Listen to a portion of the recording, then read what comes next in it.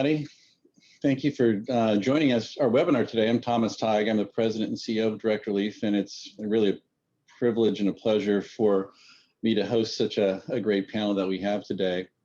As you may have seen, I think is the rolling slides for a setup. I think we have what health centers are. We have 3 medical directors from health centers in Los Angeles County to join us today.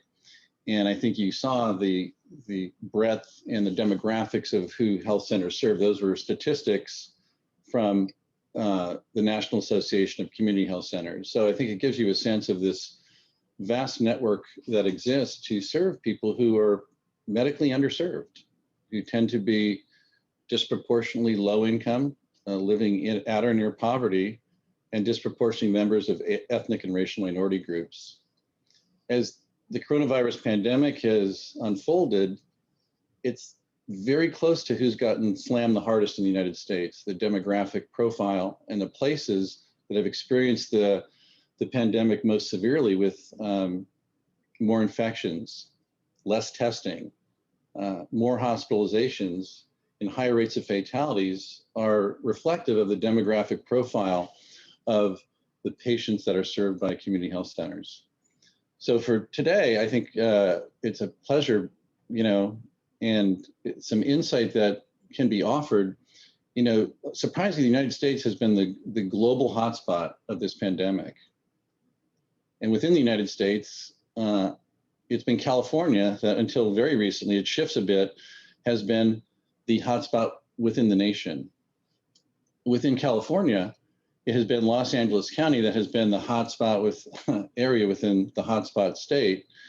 And within Los Angeles County, it's the 3 health centers, of which our 3 panelists today represent in different places their community. So I just want to thank you all for joining us today. I think for Direct Relief, it's important as we receive financial support and other support to let people who gave us that support know what we did with it and why.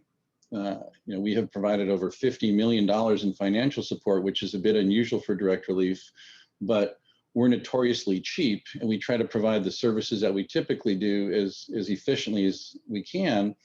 And when financial resources are available, we can complement the material support that we typically provide to the groups we're already supporting. Usually that begins with health centers, free and charitable clinics, and people who work in areas of chronic poverty and chronic need.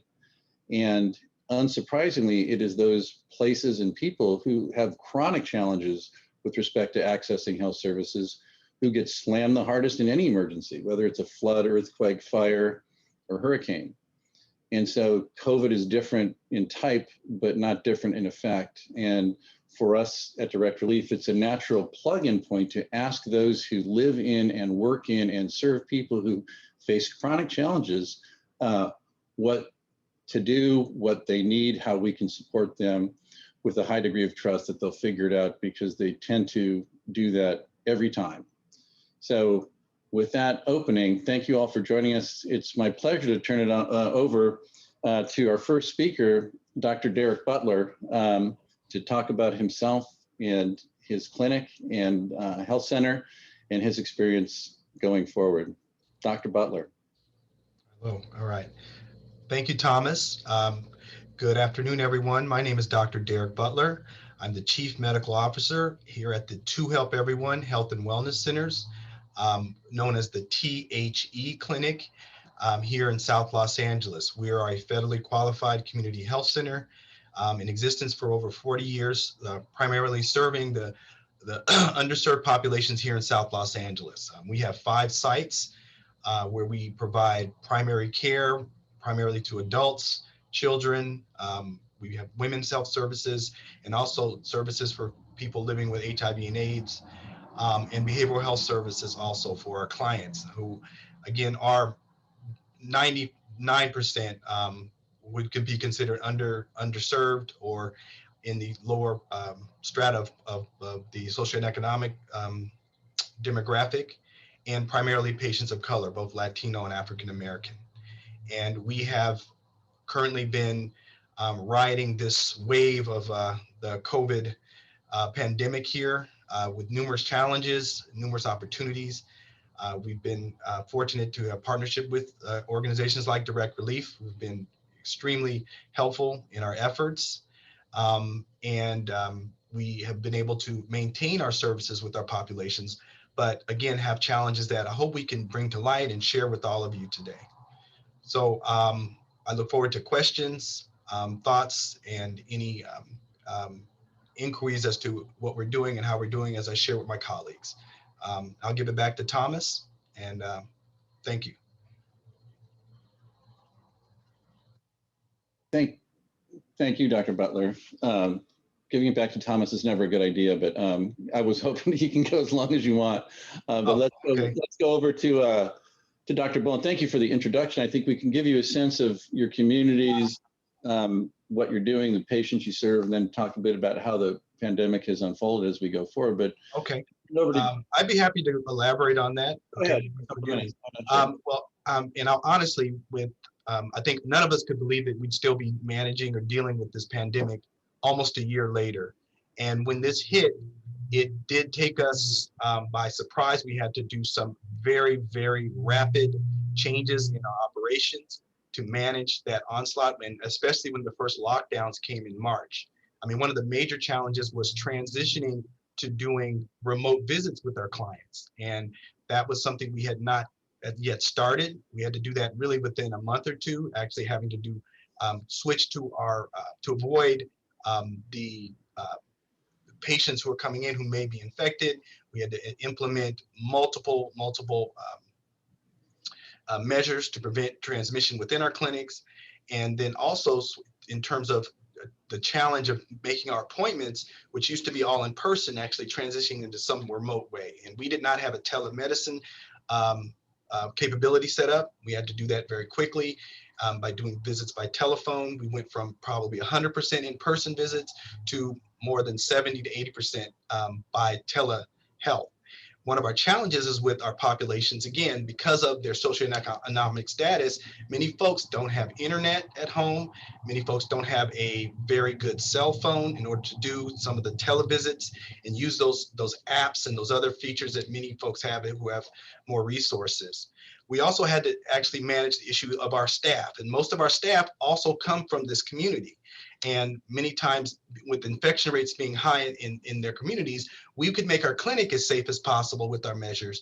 But many times our staff would go home and then be exposed to what was going on in the community. So we did have issues with some staff who actually were becoming infected, having to test those folks, and actually losing staff who had to be quarantined, et cetera, as we went forward with that too. I mean, we really saw the fragility of these social determinants affect our ability to deliver care when the pandemic hit, as I talked about, just rolling out telemedicine, managing our staff who were also patients, issues with transportation, et cetera, for patients, for instance, who needed to come to the clinic, maybe if they had symptoms, to get tested and then find a way to get them managed at the same time.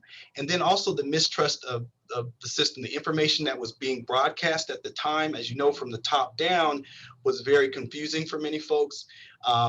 People were afraid and really had no solid information. And many times, at least if we were able to contact them, we could give them really solid information around where and how they could get tested, especially in those early days, and what to do if they were infected, if they had a contact, et cetera, and try to manage all those things kind of really working at once. I think one of my a fellow medical director CEO said that this whole year, most of us in the health centers have been building the ship while it's in the middle of the ocean, just trying to put together these policies, these protocols, these measures to keep our clinics safe, to manage our patients, to help them learn and to be safe throughout the pandemic.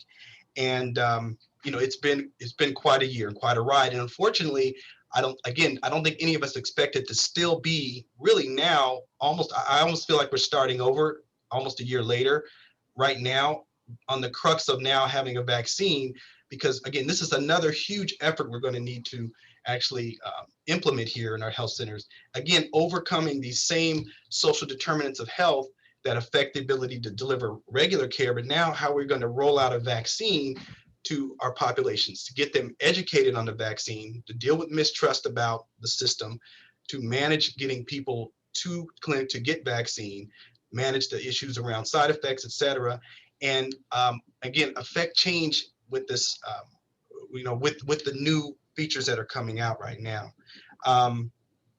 It's really exciting in some ways. I think working in health centers is, I call it, it's challenging and never boring. And I think now, we've really been tested. I think all of us have really doubled down on our commitment and passion to serving this population now in light of COVID, and having resources out there that have been available has been a huge help to us doing this. And we hope that, we still continue to have the support as we do this work. So I think I hope that elaborate a little more. I hope that during our discussion we can pinpoint some of those, Thomas. Thank you. Thank you, Dr. Butler. I think there's a lot of things I'm sure people are curious about. Some of the things you mentioned, including really the relative ability of your patients to work remotely, stay at home, park there and call Uber Eats. It's not an option for a lot of people, No, as well as some of the references you made to kind of the euphemism of vaccine hesitancy, which is different for different people. And I think I'm sure Dr. Bolan and Dr. Shapiro will have some comments, but thank you. If we can turn it over to Dr. Robert Bolan for his take on his facility, what he's seeing, how it's unfolding for him and his community and his patients. Dr. Bolan?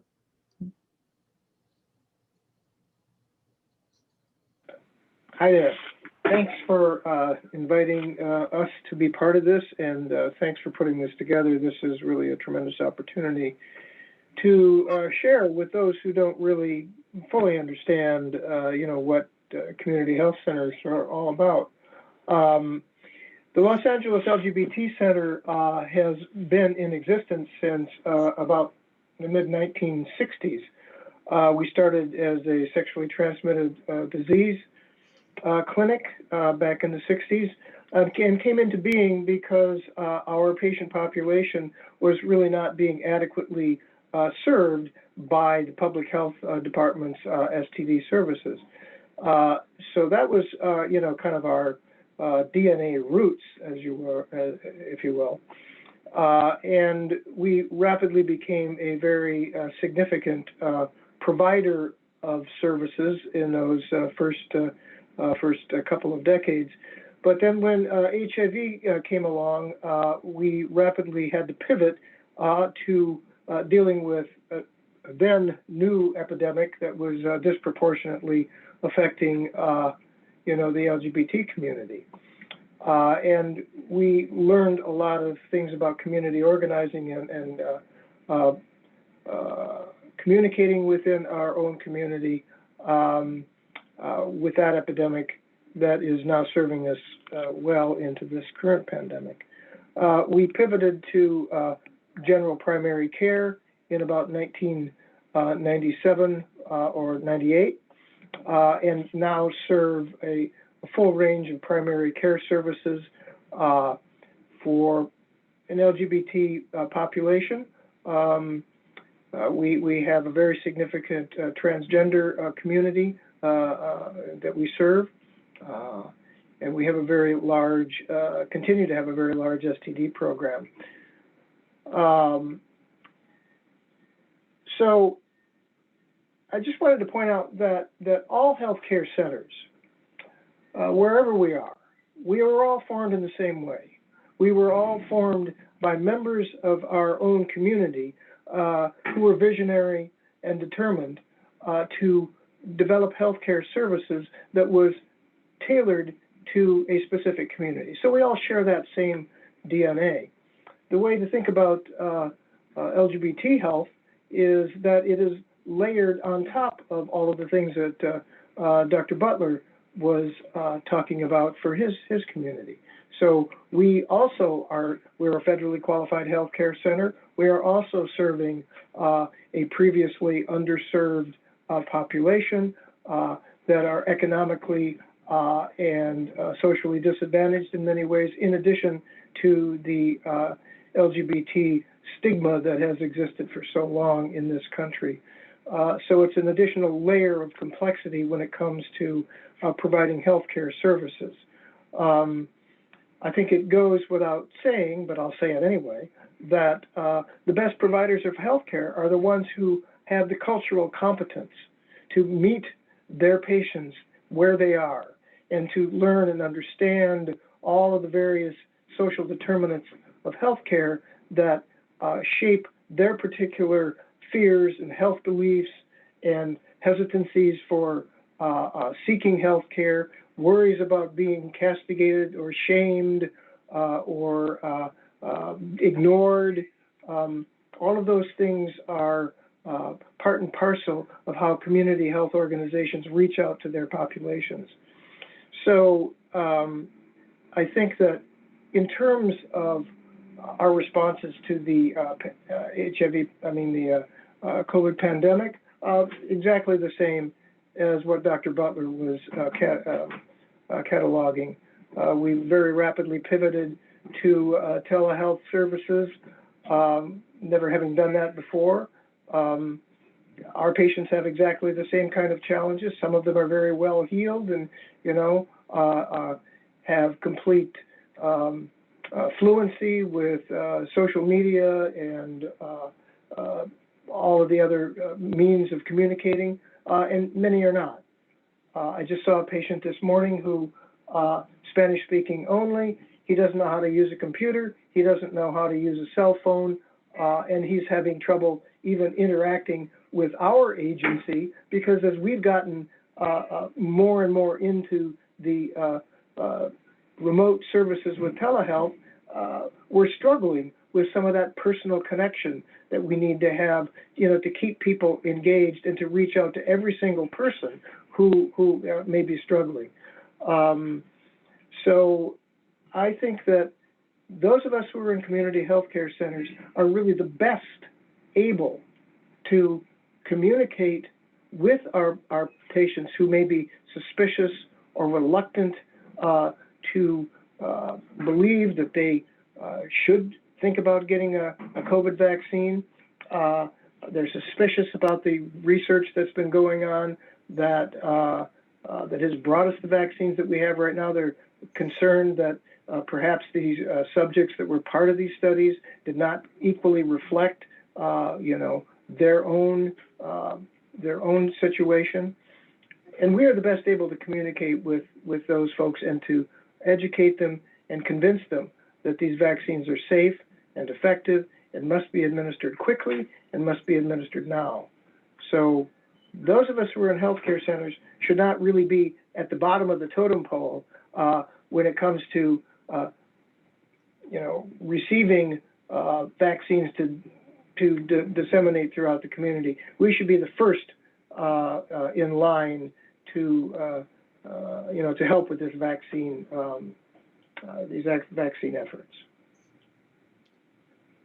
Yeah, thank you, Dr. Bolan. I think you said a lot. I think a couple of things I just wanted to mention that from my own experience, sometimes the status of federally qualified health center, people focus on the federal. Right. Each one of our speakers represents a private nonprofit organization that has a particular status as a federally qualified health center, FQHC, but in character is a private nonprofit organization that exists for the public benefit.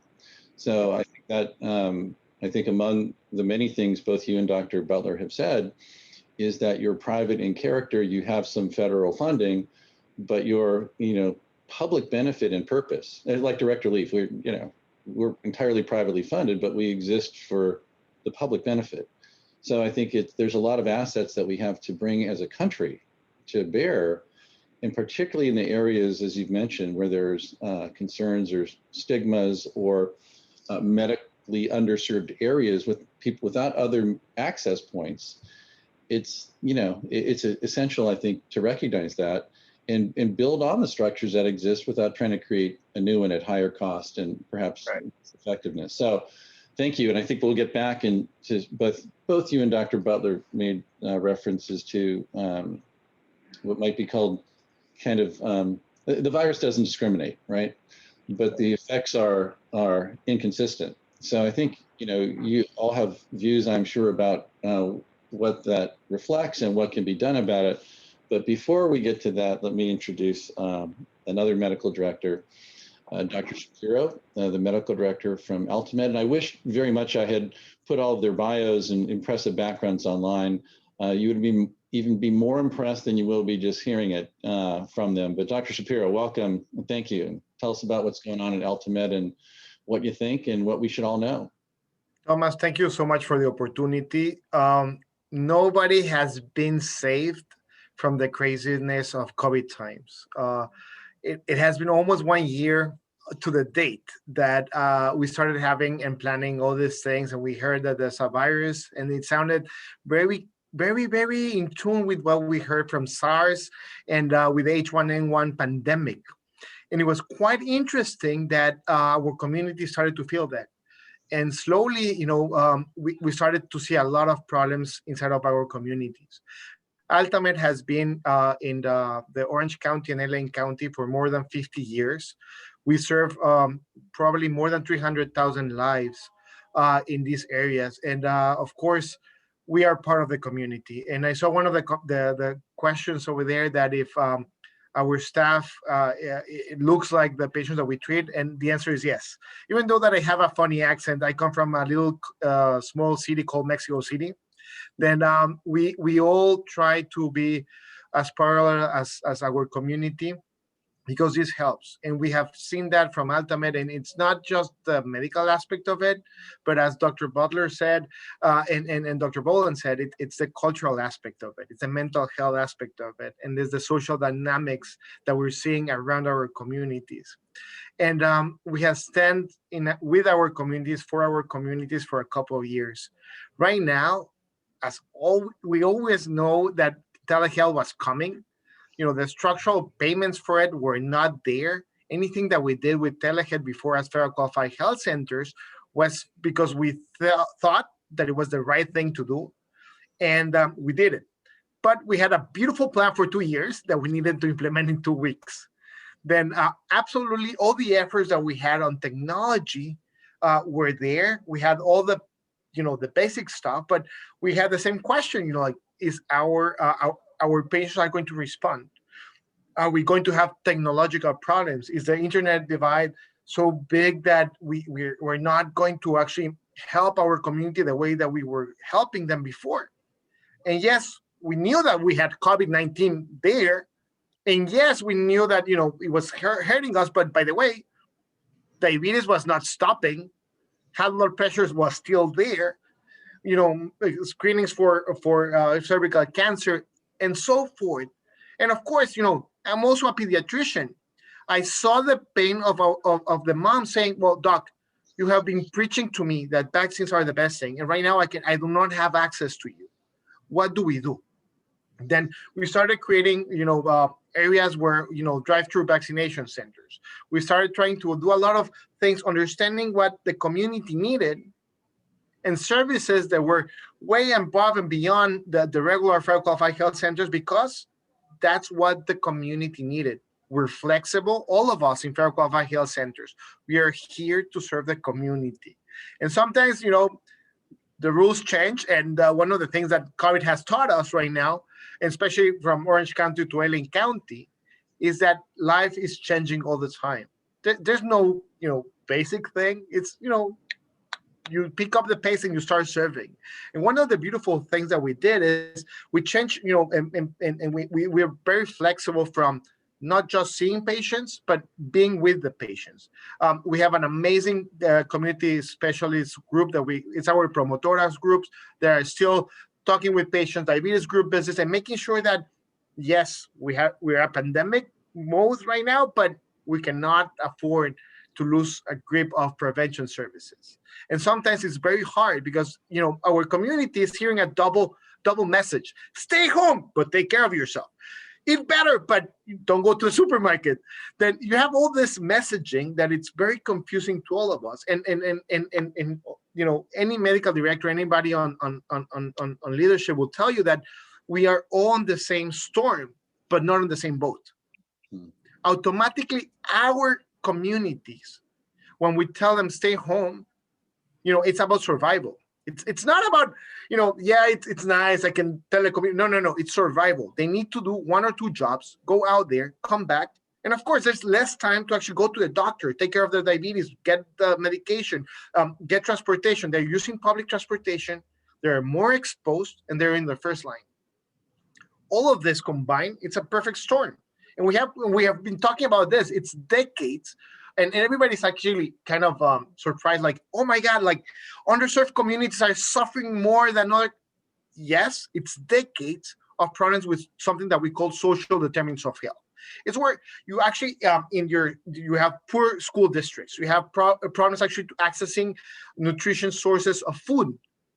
Then you have toxic stress around you. You have a lot of things that are very hard to conquer, and of course, those things lead to depression, anxiety, something that we hate, that is diabetes, obesity, and all these problems. And you just add a little bit of fire to this perfect bowl of explosives, and you add a pandemic. Of course, the patients that are diabetic and obese are ending up in the ICU, hospitals, and of course, sadly, dying. And that's one of the things that we need to be doing. And most of all the efforts that we have, and just to start the questions and everything else with the panel, is that we need right now to make sure that we're vaccinating our communities against fear with a dose of truth. Us as doctors, us as healthcare providers, we are the trusted source of information for our community. Then if we can bundle all together, we start like messaging the way that we need to do it, the community will start reaching up. The economic part of it will reach up, and we'll have less fatalities and complications on the long term of COVID-19.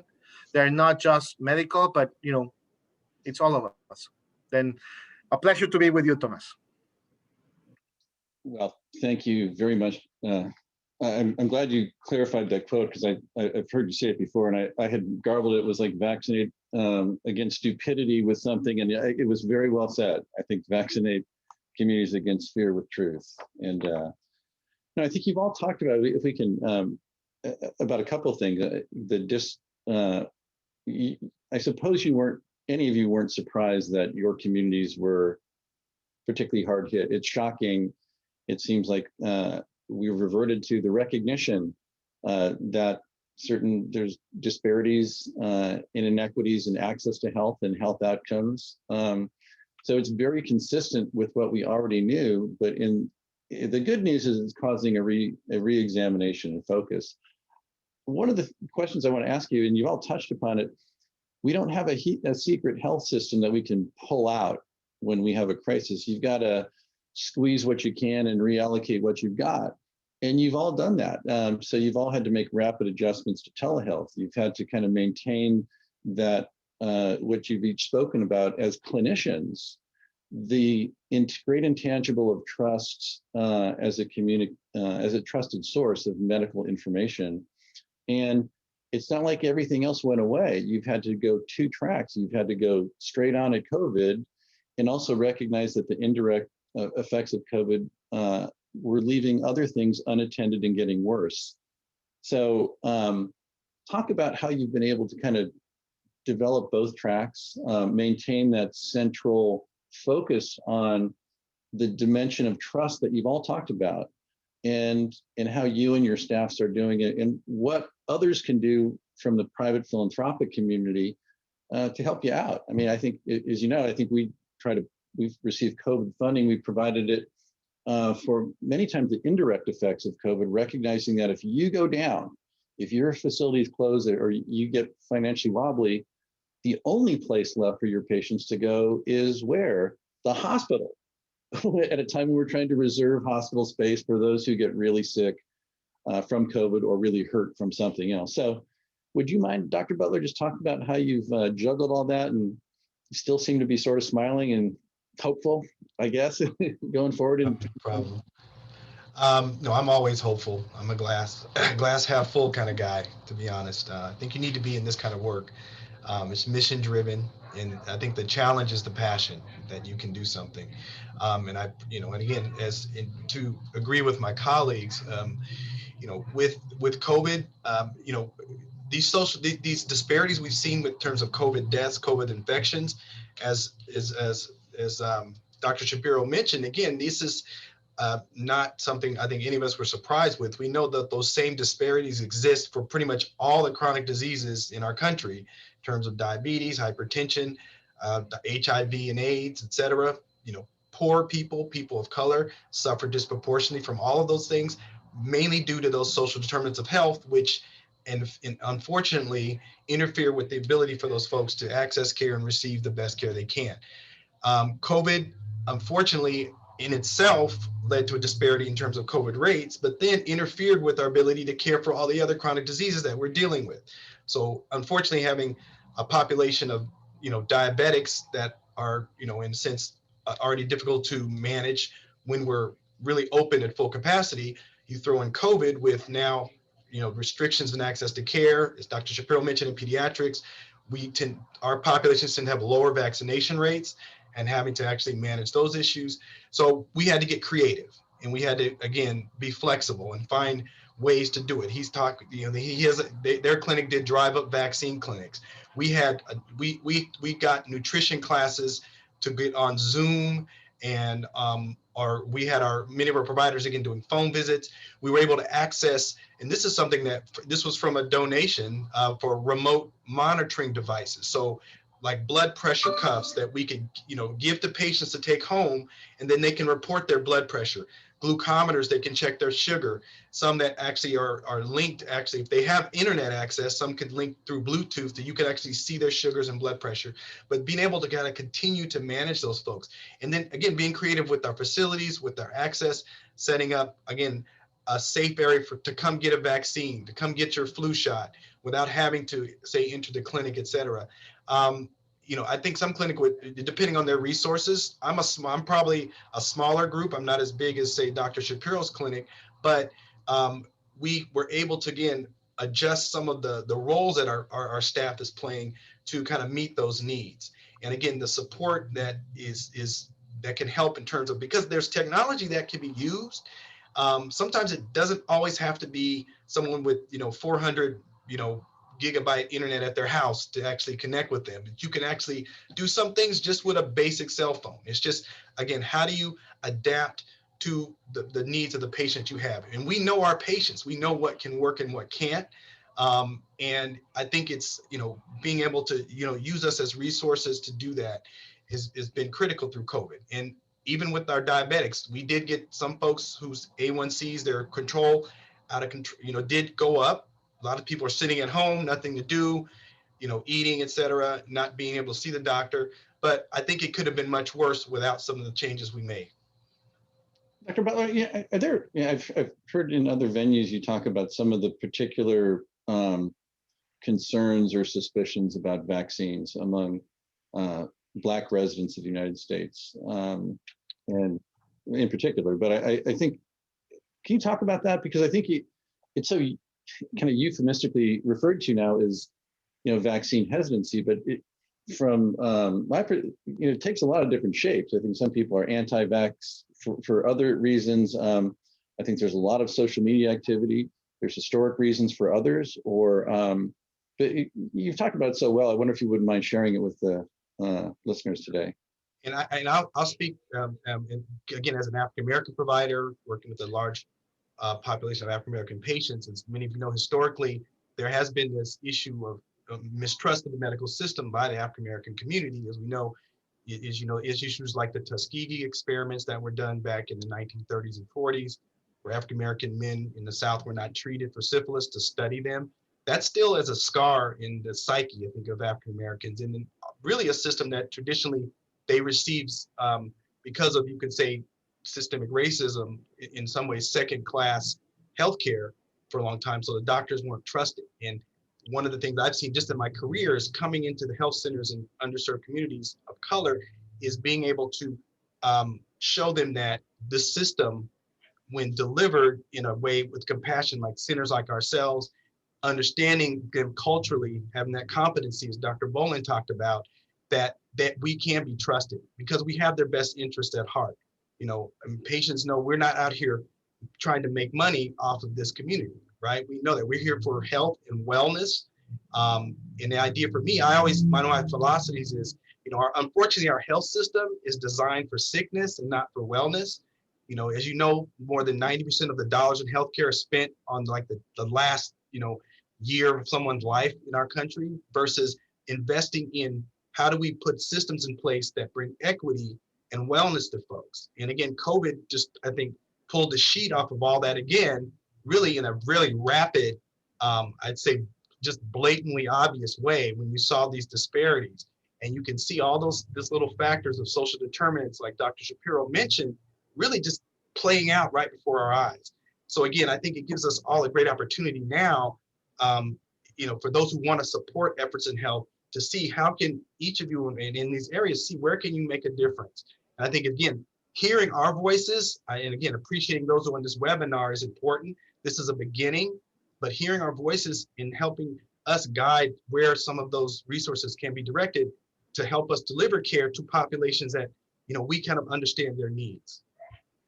Thank you. Yeah. I think for those of you who aren't steeped in the lexicon of experts like these, I think the social determinants of health rolls off their tongues. But I think there's a layman's explanation for it. Now I'm going to put Dr. Bolan on the spot to talk about it, because I think as you're talking, it's not, I think your careers and your organizations and your lives and your staffs, it's not concerned because they're hosting a virus that we're all scared of. That's not the motivation for the concern. It's a longstanding presence and concern about them as people and providing access. And I think just listening to you, that's got to be an element that is a foundational piece of the trust that you're commenting on, and you clearly want to maintain and prize and use to combat the virus. But Dr. Bolan, is there a layman's way to, for those of us who don't have advanced degrees in public health, social determinants, what does that mean? Right. So social determinants of healthcare means that there are things that would impact individuals' experiences with health and illness that have nothing to do with the personal choices that they make, but have to do with where they live, whether they're living in poverty, whether they happen to live in a neighborhood, for example, where a coal plant happens to be right down the street and blowing coal dust into their noses.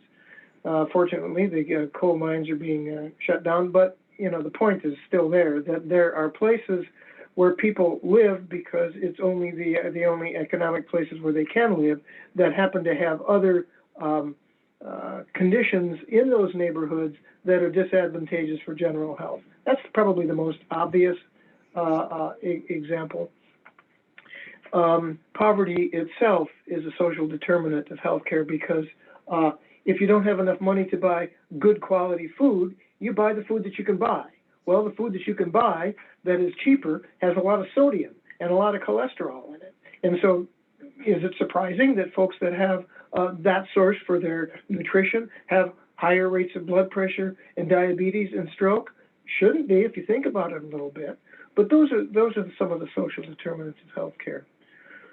I think that the ways that our organization, kind of pivoted and used our, some of our pre-existing strengths.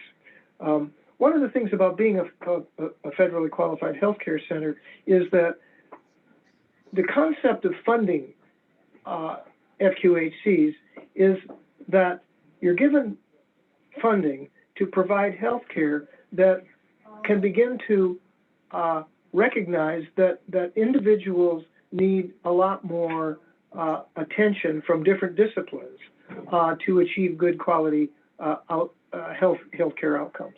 So, for example, we have a clinical pharmacy program in our FQHC. It's wonderful. And one particular example of that is in diabetes control. So, first of all, it's really advantageous to have other disciplines be able to help the physicians monitor and modify treatment for their diabetic patients, and clinical pharmacists are really ideally suited to that purpose. And guess what? They don't have to see the person face to face. They can do this by telehealth. So it turns out that in the midst of this pandemic, we were able to launch our clinical pharmacy program that is able to enable us to improve the hemoglobin A1Cs in our diabetic patients. That was fabulous.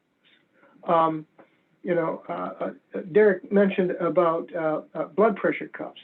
The first thing that occurred to me, as it was months and months were going down the road, since I'd seen some of my patients, where I can look at their HIV viral loads and see that they're wonderfully controlled, but I don't know what their blood pressure is. Mm. So I would say, well, listen, John, why don't you walk into your local CVS pharmacy? Don't get any meds there. Get them from our pharmacy. But go in the back and sit down next to the pharmacy and take your blood pressure and call me and let me know what it is. Well, that's great, but people got to go out and mingle with lots of folks that have got virus and didn't want to do that. So we began to explore the ability to get blood pressure cuffs delivered, blood pressure monitoring devices delivered to our patients. We were successful to some degree, but all of that stuff costs money. It's got to come from someplace. So we were looking to the healthcare plans, to the managed healthcare plans, and we got some pushback. They wanted to, tighten the criteria. They wanted to make sure that people had, really severe hypertension that had end organ failure before they would let loose with a blood pressure cuff. And I thought, that's kind of stupid. If you got in there with a blood pressure cuff when somebody was beginning to need to modify their treatment to get it under better control, that's the time to really engage them with this, home blood pressure monitoring. So we have found during the course of this pandemic, yes, there are plenty of times where you should be seeing patients face-to-face when you can't. But there's a lot of things that we can do remotely that help engage our patients. And if you give them the tools, if you make available the tools to help engage them in healthcare, you can improve health outcomes. So I'm hoping that as we come out of this pandemic, hopefully, God willing, we will retain some of the skills and knowledge that we've gained during our pivoting that will help us continue to take really excellent care of our patients. Thank you, Dr. Bolan. I think if I can turn a little bit to the issue of vaccination, because I think you've all mentioned it, it's one of the other things that you're going to have to, we're trying to figure out how to do, along with adapting the current health system to take care of the stuff we already knew was bad. Yeah. Well, now there's been a compounding factor brought about by COVID, and thank you for sharing how you've been trying to manage that by doing things differently, so you could liberate time to deal with the direct, impacts of COVID and the threats. But the looming issue is vaccination, and I think you are all in areas of either geographic areas that have been identified legally as medically underserved, or dealing with populations that have been determined by the federal government to be populations that are medically underserved. Right. And as we said, these are people who are getting infected more, getting hospitalized more, getting tested less, and dying at higher rates. So when we look forward at vaccination, how to do that, it's going to cost a lot. What do you think? I mean, it's to a layman, it seems that the investment will have more residue if it goes to places that do vaccinations all the time. But what do you think? Is it a reasonable role for you and your colleagues to play in the vaccination efforts, which so far have been largely government managed? I saw that the federal government's announced that it's coming to California to do its direct federal run vaccination sites because of the severity of the case. But what's your take on how we can leverage what exists in communities and places of high need that do vaccinations already for COVID vaccinations? That was a long-winded question, Dr. Shapiro. Did you understand it? And if so, could you answer it and make it? Yes, in summary, why, if we have been investing in something called federal qualified health centers that understand the community, they have the staff, they have the resources, and they understand how to communicate in a cultural sensitive way, why are we not utilizing those resources? I think that this is a moment to say we are here and we are ready to help. I cannot go back, and we probably can have a lot of academic discussions on why yes or why not. But right now, the reality, we're still on the ground, and we're going to be here for many more years. And it's important because I give you an example right now, Thomas, that a lot of our senior citizens that we know that they're Hispano, then they put them in a higher risk factor. They are more than 65, higher factor. Then do you think that they are getting the vaccines right now? They want to. They have heard. They understand that the majority of them actually they want to, but in order for them to be activated and actually end up getting the vaccine, there's so many steps that it's almost impossible. My dream is to actually have in our clinics the possibility to do that, and we can actually set up mass stuff. All of us, on this call, we can actually create that part. We can actually inform our communities of those that are on the line that they go like, I want to wait until I have more data, but we already know that it's safe and effective vaccines, and we not only have one vaccine, we have many more. We have, that's why it's important to give the last name and the first name of the vaccine. The COVID-19 vaccine from Moderna and the COVID-19 vaccine from Pfizer. We have them there. Then we are here. We know where our community lives. We are part of that community. Let us help and push the message, one, because that's something that we already can do. And most importantly, what's the objective? To close the gap for vaccinations. If you see right now the rates of African Americans and Hispanos and Asians getting vaccines compared to other groups, we are in the minority. And it's kind of, the slides that you had at the beginning, we are on the other way around. We're supposed to be getting more vaccines to actually stop this and actually, recoup all the bad things that have been happening with underserved communities. And it's not happening. And it's not happening because there's, the infrastructure is, it's new. We have never done this. I recognize completely that. But right now that we know that, we need to act. People are dying. And the longer we have this, the pandemic, more viruses will come, and the mutations will continue to spread. Then as Dr. Fauci, actually I'm going to quote him, if we don't stop this, it will continue to grow. That's what viruses do. Then we need right now, especially the communities that we're more exposed, we're suffering the most, and we have less of that resiliency in our community, we need to get vaccinated. And in reality, we are here completely to help. We're not going anywhere. We have the people, we have the teams, and most importantly, we have the secret sauce. We're part of the community. That's pretty good. You can run for office someday, Dr. Shapiro. Just file it away. I think directly work so much with the corporate sector and the private sector, including CVS and other groups that I know from our conversations, they recognize two things: that they have an established backbone that works for many of the same reasons that you did, and they're perfectly willing to provide that. And they also recognize where they don't, and they've been supportive in recognizing that. So for me, I think what you're talking about is what we've seen, trying to leverage what exists in the commercial sector. Use what we've got. We've got the richest country in the history of the world. Use the pieces that already exist. And I don't think it's, I think that's clearly recognized by, corporate entities. I mean, the difference I think between a corporation and direct relief is, at some level, if you're in business, you have to go looking for people who ultimately are going to buy what your goods and services, or else you won't be in business for long. And we go looking for people who are just not in the position, right? And I think many of those people find themselves relying on you and your colleagues to provide those services.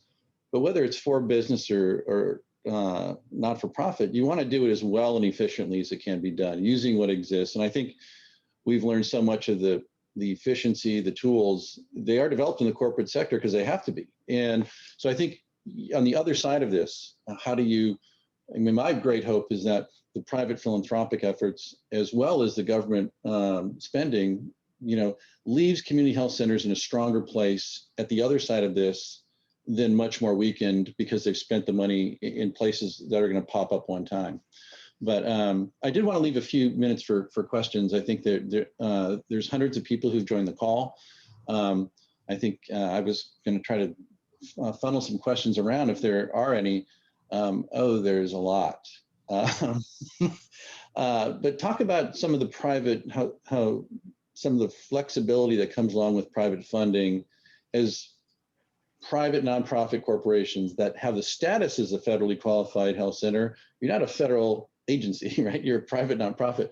What are some of the private funding that that comes forward allow you to do? I think, you know, one of you talked about some of the remote monitoring devices, the challenge of actually financing something like a blood pressure cuff, but talk, if you would, about when it's available, what it does and allows you to do. If you wouldn't mind, Dr. Shapiro, do you want to start and we can move it around? Gladly. First of all, right now we need a lot of help with senior care. Our seniors are at home alone. You know, they mostly are monolingual. Technology is not one of their fortes.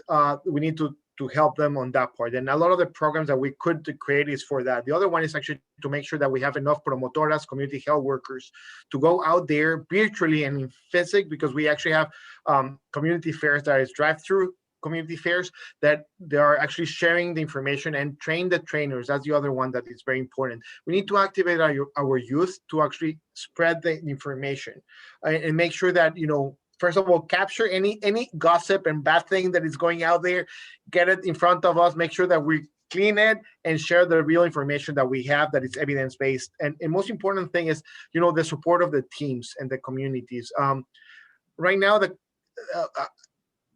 I had, you know, I shared this with a group. I had a pleasure to be on a phone bank, and it was a COVID-19 phone bank. And most of the communities were asking for food.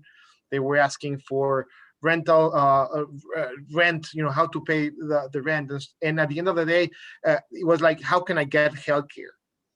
And of course, yes, there's a pandemic. That was the fourth question. Then we have layers of things that we need to solve in order to get there. Then we need to start packaging anything that we do for COVID-19, you know, the vaccine, medications, or anything related to that part of the community that we were talking about, social determinants of health, to actually reach that. And those are my Christmas list for anybody.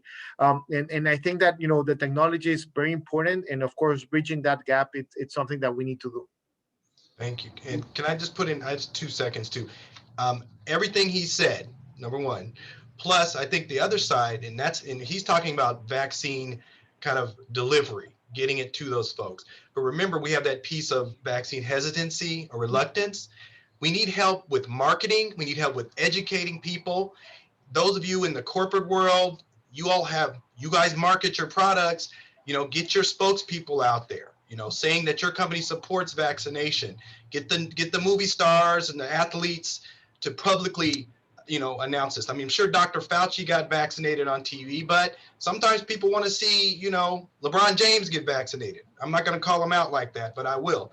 But something that I think helps certain communities be that culturally can make a difference in changing people's thought process, knowing that this is becoming something normalized and people understanding this is one of our pathways out of COVID. Everybody's sick of COVID restrictions, the effect on the economy, understanding this is a pillar for us to get out of this, and maybe helping with that marketing campaign.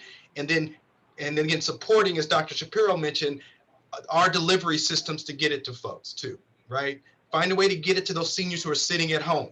You know, I mean, give Uber gift cards or something to get a vaccine there, et cetera. Lots of ideas are there. So, but I think that other piece for education is going to be critical too.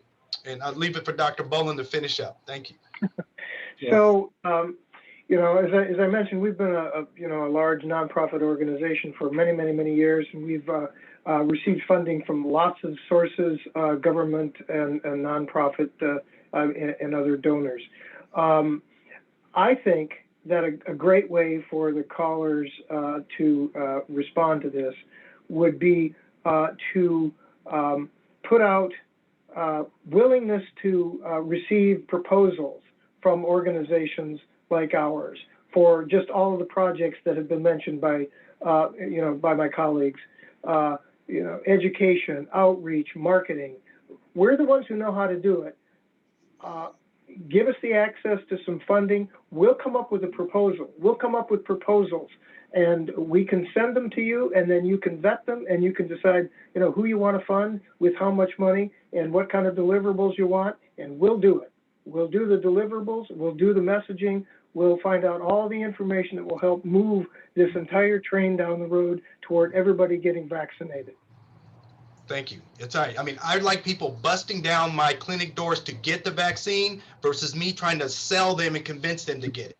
Help us do that. Thank you. Yeah.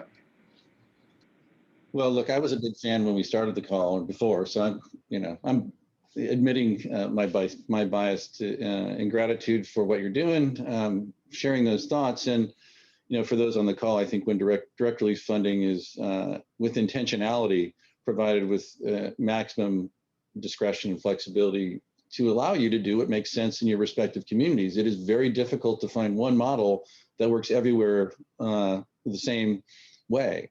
And that's why each health center is rooted in its community. And that is of enormous value. So to the extent we can provide a pooling mechanism to drive funding to allow you to do that in recognition of these historic times we're in, we will continue to do that. We've done far more than we had anticipated doing 12 months ago. But I think it's great that those hundreds of you who've been able to join the call to just hear from you, probably unusual to hear from clinicians, physicians, talk mainly about things non-clinical.